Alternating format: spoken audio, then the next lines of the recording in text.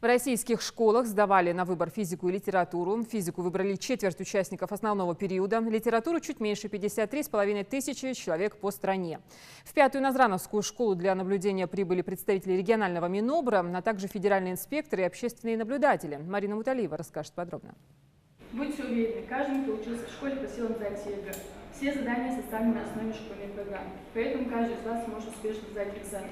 Один на один со своими знаниями оказались участники ЕГЭ в Пятой Назрановской школе. Рахим Азиев сдает физику. Задания в пробных вариантах были довольно сложными, признается он. Надеется, что сегодня ему повезет. Готовился с января месяца. Посещал репетиторов по профильной математике и физике. Но считаю, что пока что не готов к экзамену. Думаю, лишь на тройку. Сегодня по всей стране сдают еще и литературу. В Пятой Назрановской школе на сдачу этого предмета зарегистрировалось 72 выпускника. У нас правила немножко изменились в этом году. То есть сейчас доставок КИМ у нас нет.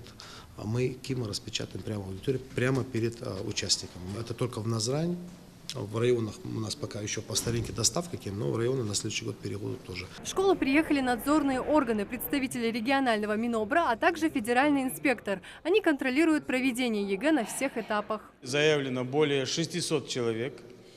Министерство образования со своей стороны и организаторы, и директора школы, и руководители пункта создали максимально комфортные условия для сдачи нашими ребятами выпускных экзаменов. В Министерстве образования республики уже созданы конфликтные комиссии, апелляционные комиссии, которые в ходе экзаменационной кампании будут заниматься, по сути, защитой прав наших выпускников, которые, например, кто-то посчитал, что у него мало баллов засчитали. Вместе с Министерством образования и науки Республики Ингушетия, Рособорнадзором, нашими коллегами из других субъектов федерации, которые также прибыли в республику, у нас получается проведение объективного экзамена.